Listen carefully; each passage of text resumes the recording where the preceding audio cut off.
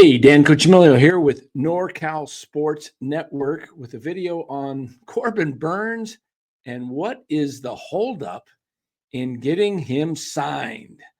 Before we get into this video, let us thank our sponsor, Chapman Law Group. Check out Chapman Law Group in the description. All right, everybody. Corbin Burnes, the holdup. What is it? What's happening with Corbin Burnes and why is he still not signed? Well, there's a lot of things being floated around out there that are saying maybe Scott Boras threw some new demands at the last minute, that the Giants had the makings of an agreement with Burnes and Boras, his agent, and that he was set to sign. It looked like last week. In fact, everybody was reporting that, even Bob Nightingale, Jeff Passan, Heyman, they were all saying that it sounded very, very close. And so the deal looked like it would have been done over a week ago. And ever since, it's like each day passes, something seems amiss. So what is it? What is actually going on, and why is Corbin Burnes not a San Francisco Giant? Or is he going to be a Toronto Blue Jay, or quite possibly maybe even a Boston Red Sox? Those are the teams that seem to be most in on Burnes. The Giants seem to be the favorites, but we don't know. I mean, we read something here on Twitter just a little bit ago that there's some news out there. According to this report here that IB the Gambler put out earlier today, Major League Baseball rumors Corbin Burnes deal is getting real close, with Giants having the top offer. Boras made new demands that slowed things down. San Francisco still the favorite. 4-team race for the ace. Okay, it looks like Giants, Blue Jays, Orioles, Red Sox still involved. Okay, so this is what was pointed out. Now, there was also let me pull this back here, David C., who I'm not sure exactly who this is, but he seems to have some insight. Don't know for sure if he does or not. But what he is saying is the only part of this post that has any semblance of truth is the fact that Boras made new demands, as I outlined yesterday. Unfortunately, casuals wishing something into existence won't make it so. Greg Johnson has made it clear internally that Boras' demands are a non-starter, and the San Francisco Giants are moving on. Okay, we'll see. Did the Giants give a deadline? As you know, what we read yesterday on Monday, that the demands were on Wednesday, the Giants were going to move on. And you know what?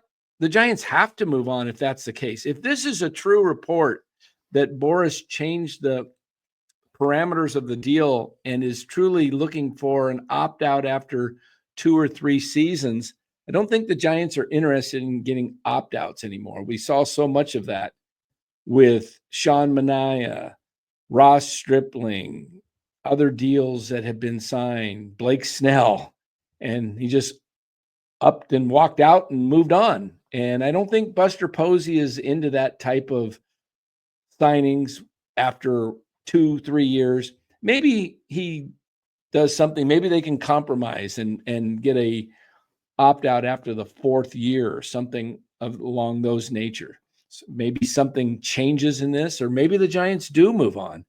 We really don't know. We're listening to some of these reports and we're seeing if they have any, if there really is truth to these reports. I don't know. I'm just putting it out there, what I'm reading. Have no idea like anyone else. Only a few people probably really know what's going on, but something does feel a little fishy. Smells a little fishy to me that you had all the big wigs, the big reporters that are been pretty accurate when deals are being close to being done, and they're putting that news out there, and then all of a sudden a week passes and there's nothing happening. So tells me something did change, because the Giants have to move on at some point and go to plan B, because all they have for the offseason so far is Willie Adames, and they lost Blake Snell and Michael Conforto. So Snell was a huge loss for them. And if they don't replace Blake Snell with a Corbin Burnes, who in my opinion would be the better pitcher over Snell anyway, that's an upgrade for the Giants, then you've really taken a step back. And so I think somehow this deal gets done with Corbin Burnes with the Giants. I think they've gone too far into this. But if Boras is holding this up and if Corbin Burnes is playing with this, does he really? I don't think he goes to Toronto. I mean, to me, that sounds like one of the worst places for Corbin Burnes to land. The Giants are at the bottom of the barrel when it comes to minor league rankings, and Toronto's right near them. So, and then Toronto's going to be losing Vladdy Guerrero, and they're also going to probably lose Bichette at shortstop. So I don't think Toronto, he wants to go land in Toronto for 7 or 8 years, and with the franchise in a flux, not be there and be stuck there as the only real star. So I don't see him going to Toronto. I can see him going back to Baltimore if this deal, if the opt-out is really that big of a deal, or Boston. So I would be shocked if he went to Toronto.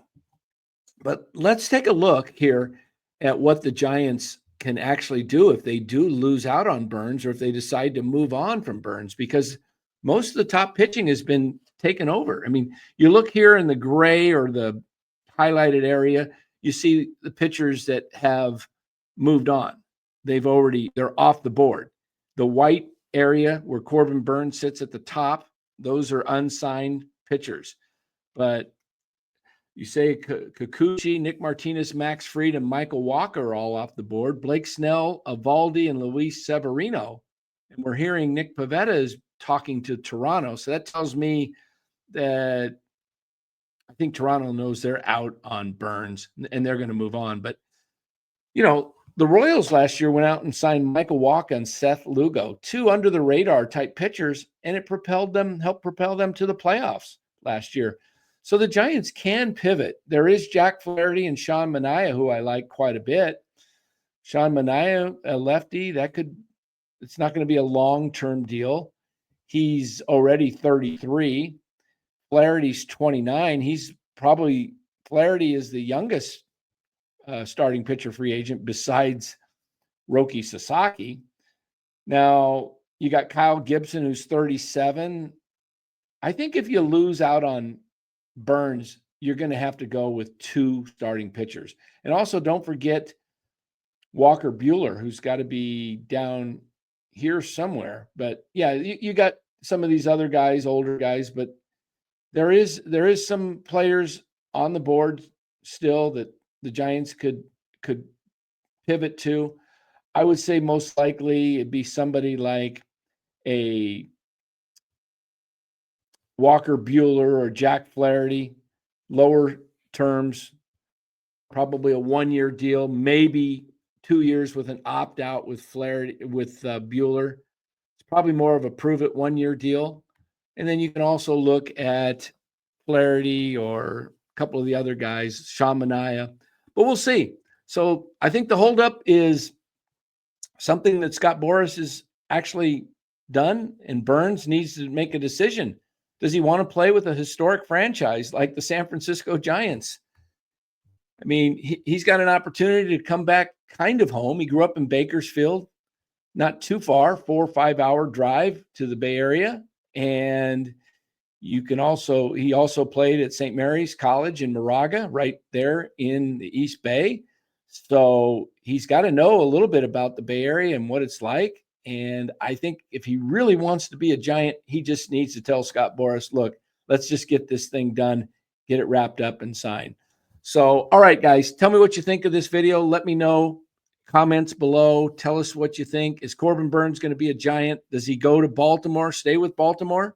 Does he go to Boston, Toronto? Is there a mystery team that Corbin Burnes. And when does this thing get wrapped up? Does it get wrapped up before Christmas, or does it go into the new year?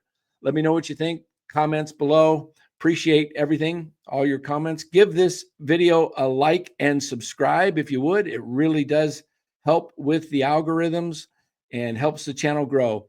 Hey, really do appreciate you watching. We'll catch you on the next video. Take care.